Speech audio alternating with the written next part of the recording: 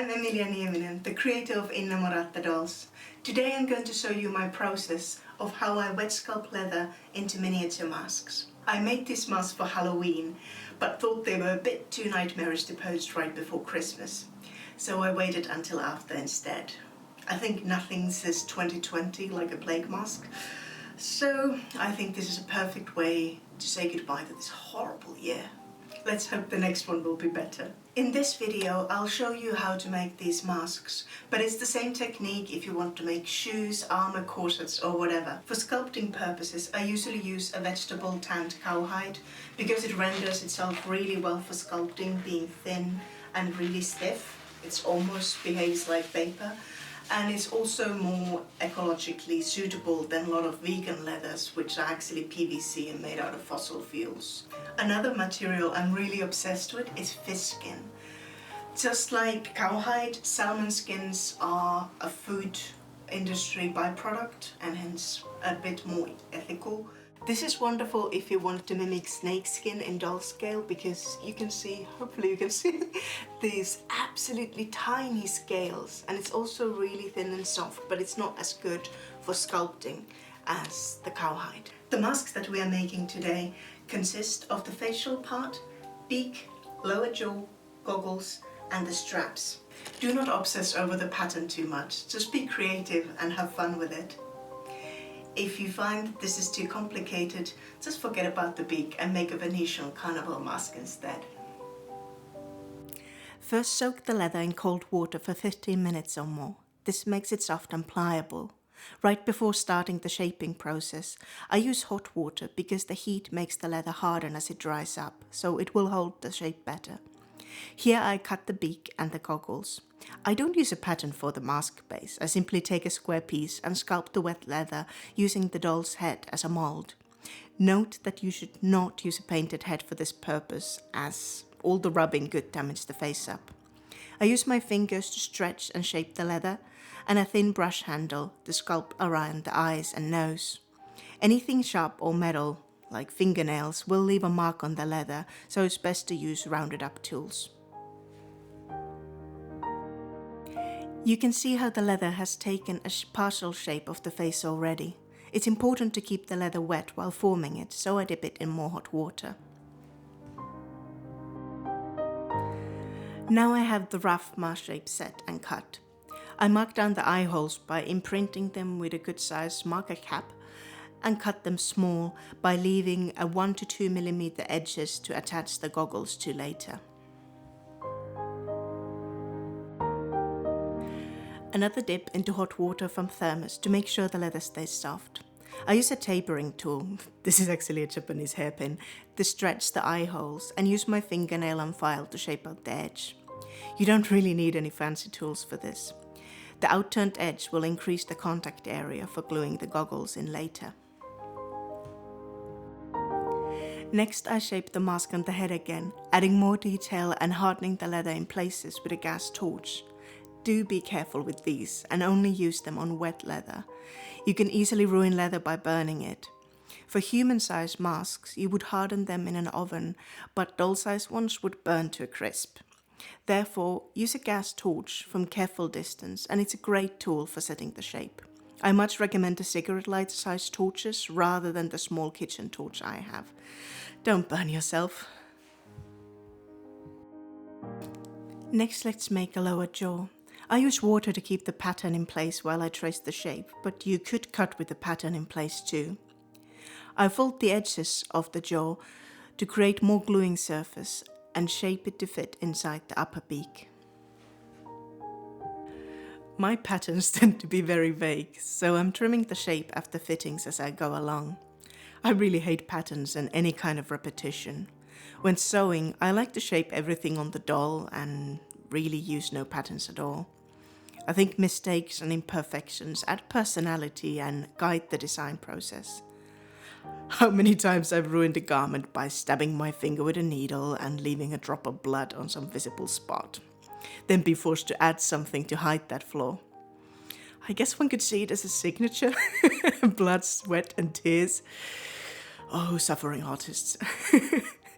Alexander McQueen used to sew pouches of his own hair into his clothes in place of a logo tag. Wonderfully creepy. I digress. I've been molding the jawline to the doll, shaping it to fit inside the top beak, and will let it dry while I adjust the top part to allow more space for the goggles. After cutting the beak into a new shape, I'll transfer the changes into the pattern, in case I ruin it and need to make a replacement. Same deal with the goggles. I make adjustments to get them to fit perfectly to the contours of the mask. The thin leather is easy to cut with a hobby knife, or you can use scissors. Okay, a quick assembly test. After the leather dries into shape, you can always soften it again to reshape it. I add a bit more curve to the lower jaw and pinch the tip flat to make it fit inside the beak more neatly. That looks better. I'm kind of wondering if I should add extra details with some metal parts to just one or both of the masks. This is the mask with the smaller beak I've already assembled, although the goggles are still in the works. I need to stretch the eye opening a bit bigger before gluing the goggles in. With hot glue gun, I usually add the glue first, then I clean the gun nozzle so you don't stain the leather with the excess glue. Now you can use the nozzle to melt the glue you have precisely placed before. Try to use as little glue as possible. The heat from the gun will also darken the leather, but I'm going for a burnished antique look like you see in the assembled masks. You can get this by polishing the surface with the hot glue gun, and the heat makes the leather darker, harder, and also shiny. I use the clean nozzle to tidy up the glue seams in and out as well. A neat trick with hot glue is to warm the glue through a natural fiber fabric to let the excess glue soak into the cloth. I save bits of fabric from sewing to soak up the glue and tidy the seams. Cotton works well, but silk is the best.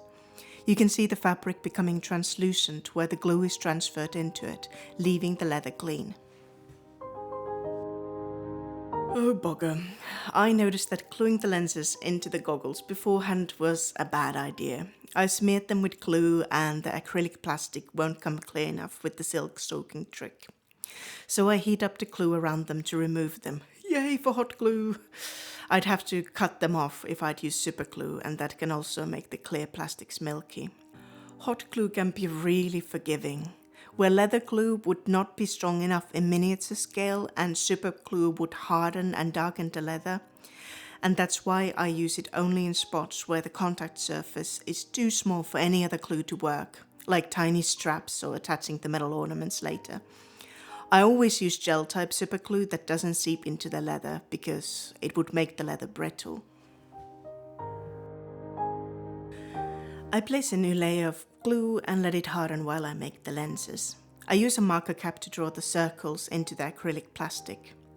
I believe recycling is important, so instead of buying new sheet from hobby store, I'm using a piece cut out of a food packaging. This one is from a microwave safe container, so it can stand the heat of the hot glue gun. Check your materials by doing a melt test before starting. I reheat the glue and place the new lenses down. Then I tidy the glue around with a clean nozzle, this time taking care not to smear the lenses. Okay, time to assemble the mask. Make sure it's completely dry before gluing. I do a little fitting test on the beak to make sure that there's enough space for the middle strap on the bridge of the nose. Structurally speaking, you don't have to bring the strap all the way down inside the beak, but I really like the aesthetic. I use a dry glue gun to burnish all the edges, harden the mask around the cheekbones so it holds its shape more firmly. For human-sized leather crafts, you would compress the edges with a burnishing tool, but this leather is less than 1 millimeter thick, so I have to improvise a bit here. The heat and compression seems to do the trick on the dry leather.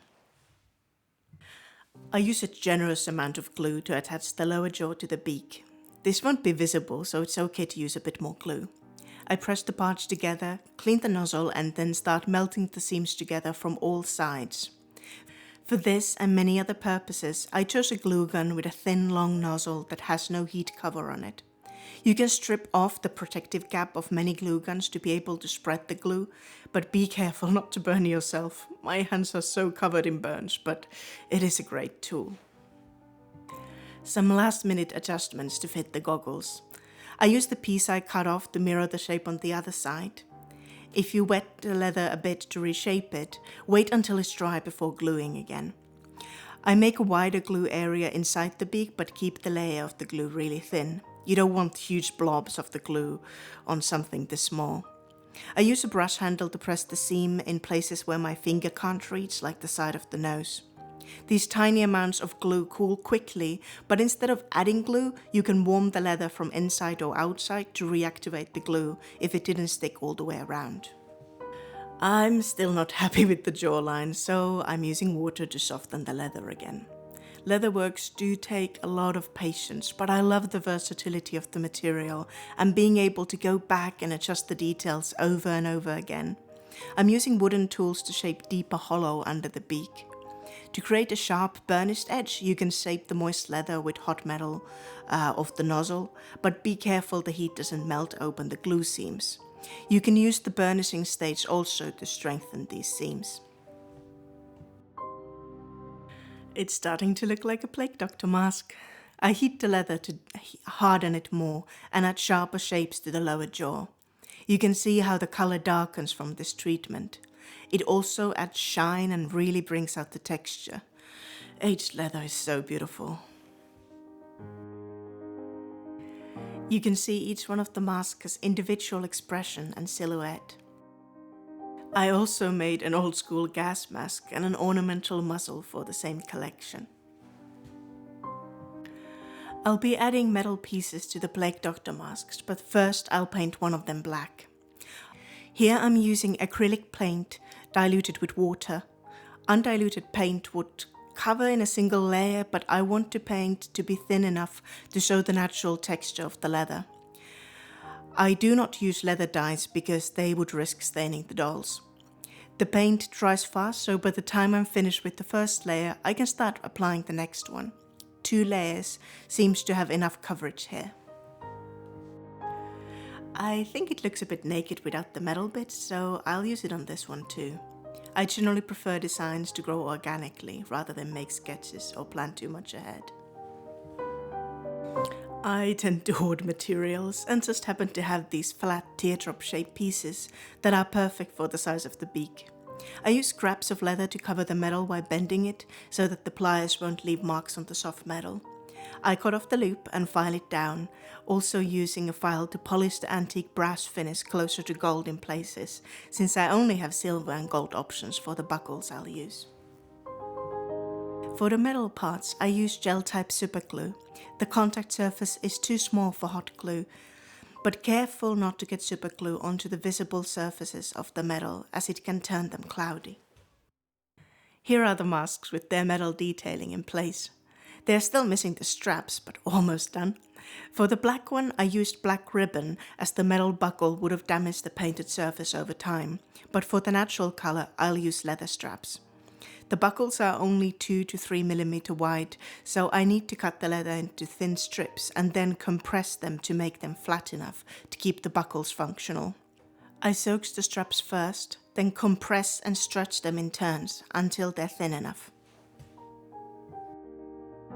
Fold the leather in the buckle end of the strap while it's still wet so it will dry nice and flat. If you're interested in these tiny buckles, I do have them for sale in sheets of 30 buckles in silver or gold. I could not find small enough buckles, so I had them laser cut for me and ended up with way too many. I'm happy to share them with my fellow hobbyists. To protect the doll's face up from the rough texture of the leather, I'll add a little silk lining. For this, I use regular paper glue, as hot glue would permeate the silk and render it kind of useless. This doesn't need a firm hold anyway. Just make sure to spread the glue thinly and evenly for a smooth surface. Paper glue is also forgiving if you need to replace the lining. Contact glue would unravel the edges if you needed to move the silk. And here we are, all done. You can see I glued the side straps to the inside of the mask and forgot to film it. I had thought of the straps under the ears too, but the fit of the jawline is enough to keep the mask in place. The masks are easier to fit over hair without lower straps anyway. In case you're curious, this head is Inamorata Alita in caramel resin. I'm really happy with these masks. I should actually make one for my own collection since they are now sold. As you can see in the photos from the final photo shoot, I did add a little metal ornaments to the sides of the goggles later. I cut pieces of a larger jewelry part, filed the edges tidy and bent them to shape. Thank you all for watching, and for all of you who've subscribed to my fledgling channel. It's been a tough year for all of us, but let's welcome 2021 with hope. Happy New Year!